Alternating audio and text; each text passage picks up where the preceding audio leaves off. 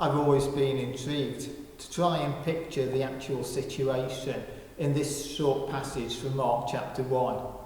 Like a lot of Mark's Gospel, it's brief, so we don't know a lot about the detail. We know that it was a Sabbath day, that Jesus and his disciples had been at the synagogue. They'd gone from there to Simon and Andrew's house in Capernaum. And the disciples had told Jesus that Simon's mother-in-law was sick.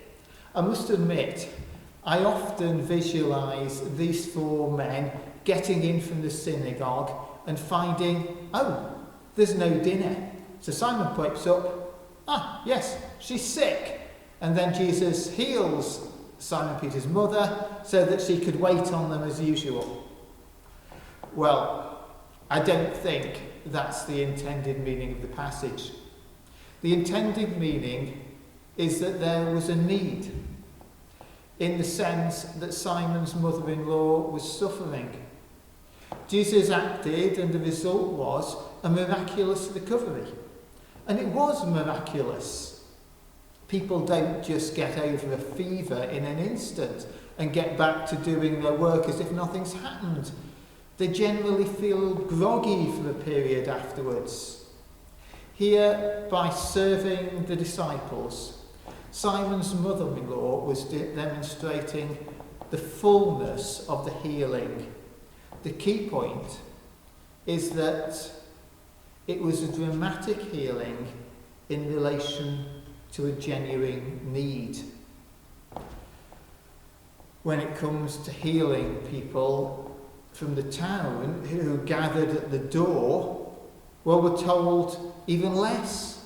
It simply says that Jesus healed many people who were sick with various diseases. Then if we look closely at it, both of these stories are like watching a silent movie. When Jesus is told that Simon's mother-in-law was ill, what does he say to her? Nothing. What does she say to him? Nothing. The crowds gather at the door of the house. What does Jesus say to them? Nothing. What do they say to him? Nothing. Why? Well, I don't think they actually did say nothing. If that was the case, it would have been most unusual. Normally, when Jesus heals, there's a conversation between him and the people he heals. Had we read on, we would have seen that in the next section of the chapter, there's a man with leprosy who comes to Jesus and says, "If you are willing, you can heal me and make me clean." To which Jesus replies, "I am willing, be healed." Almost always in the healings of Jesus, there's a personal relationship between Jesus and the person healed. In that relationship, we see that the person in question expresses an openness to be healed, an honesty about the illness that they have, and a faith in the power of Jesus to heal. So normally two things come together. We've got the power of Jesus and the response of the person being healed. Yet in these two stories, in our passage, that's not emphasised. The passage is silent on that.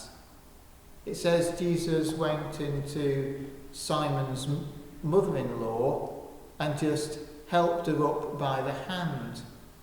When the crowd gathered at the door, it just says Jesus healed many. Why? Why aren't we told about the conversation? I'm sure the conversation took place, but this passage is trying to emphasise something else. It's not focusing on the relationship. The focus here is on the place. Where does God work? Where does God heal people? Let's think about it. Is it in a church on Sunday?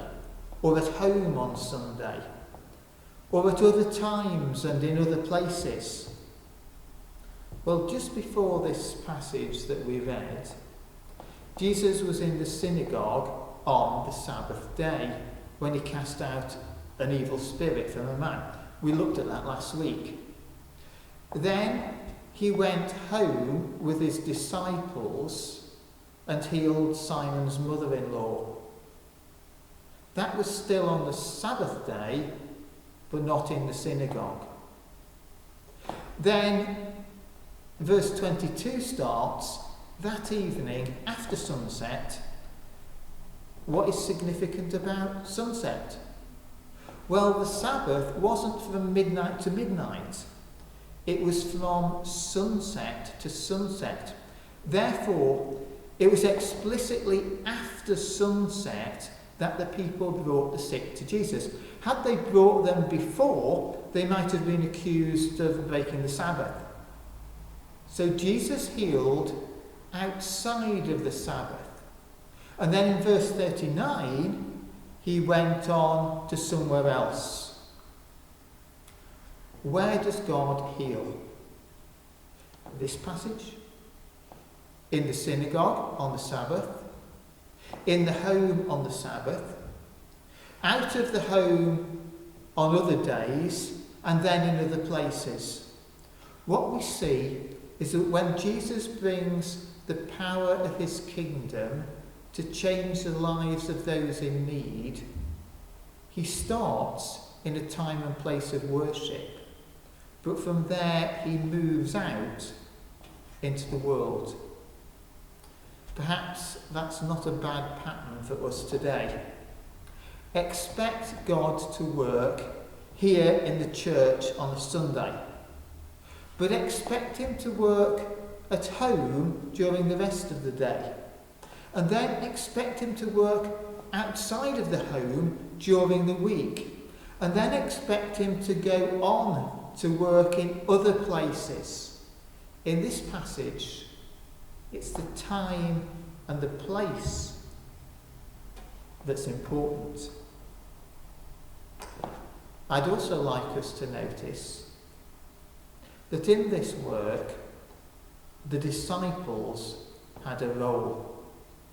Verse 29 says, after Jesus left the synagogue with James and John, they went to Simon and Andrew's house. It doesn't say Jesus and his disciples went.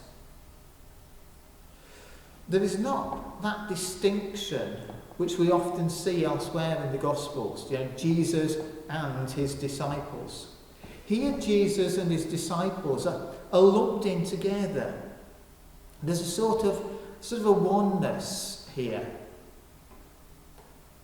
How many of us can remember the conversion of Paul in Acts chapter 9? Paul was travelling to Damascus with the intention of persecuting the church. He saw a bright light, he fell from his horse, and he heard Jesus ask, "Why are you persecuting me?" If we think about it, Paul could have replied, "I'm not.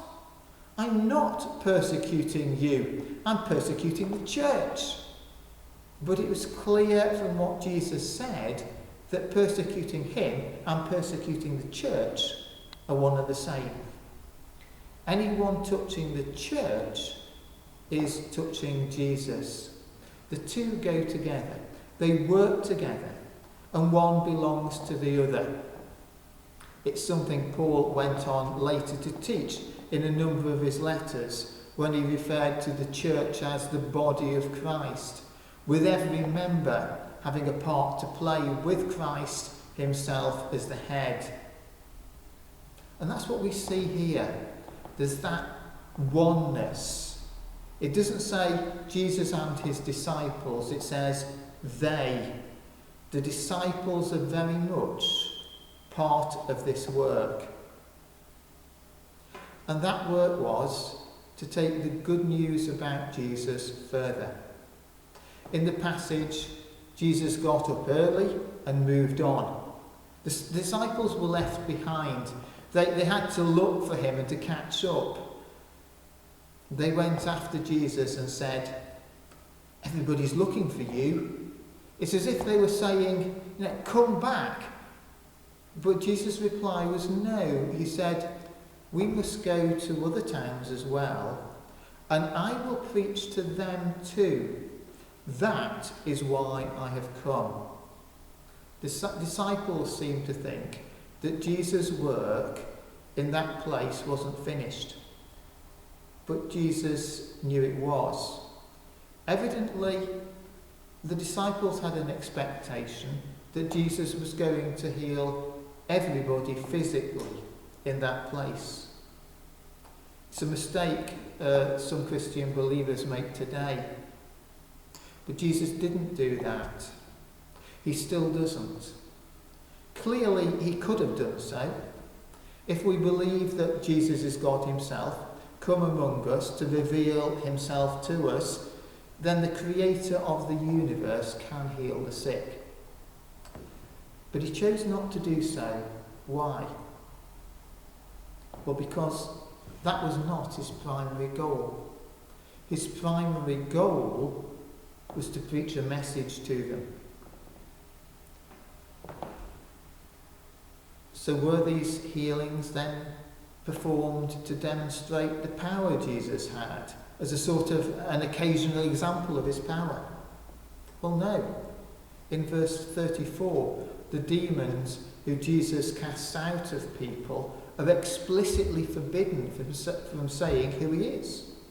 Had Jesus wanted to use these healings to display his power, he would have said, go and tell everybody.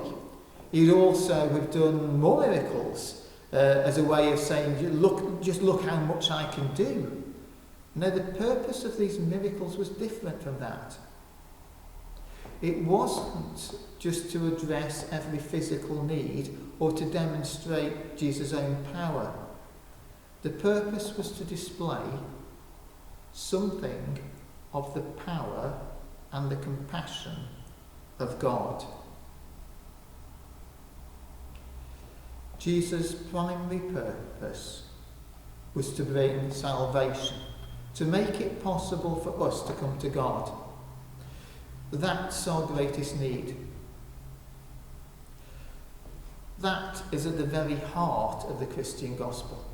The purpose of these miracles was to illustrate something about how the love of God works in that salvation. What we see in them is God showing love and compassion, even when it's not asked for. We see that wherever the person is, no matter what the time is or what the place is. We know nothing about the backgrounds of most of the people healed in this passage. That doesn't matter either. Here we see God acting for them, irrespective of who they are, where they are. That's what's illustrated in this passage. That the good news of Jesus is for everybody, and that God has compassion for us. It's because of that compassion that Jesus came. These miracles reinforce what Jesus preached, what he taught. And he was determined to make that message known to every town. As a church, we have a part to play with him in making that same message known. Perhaps that's something that we here at St. George's want to discuss.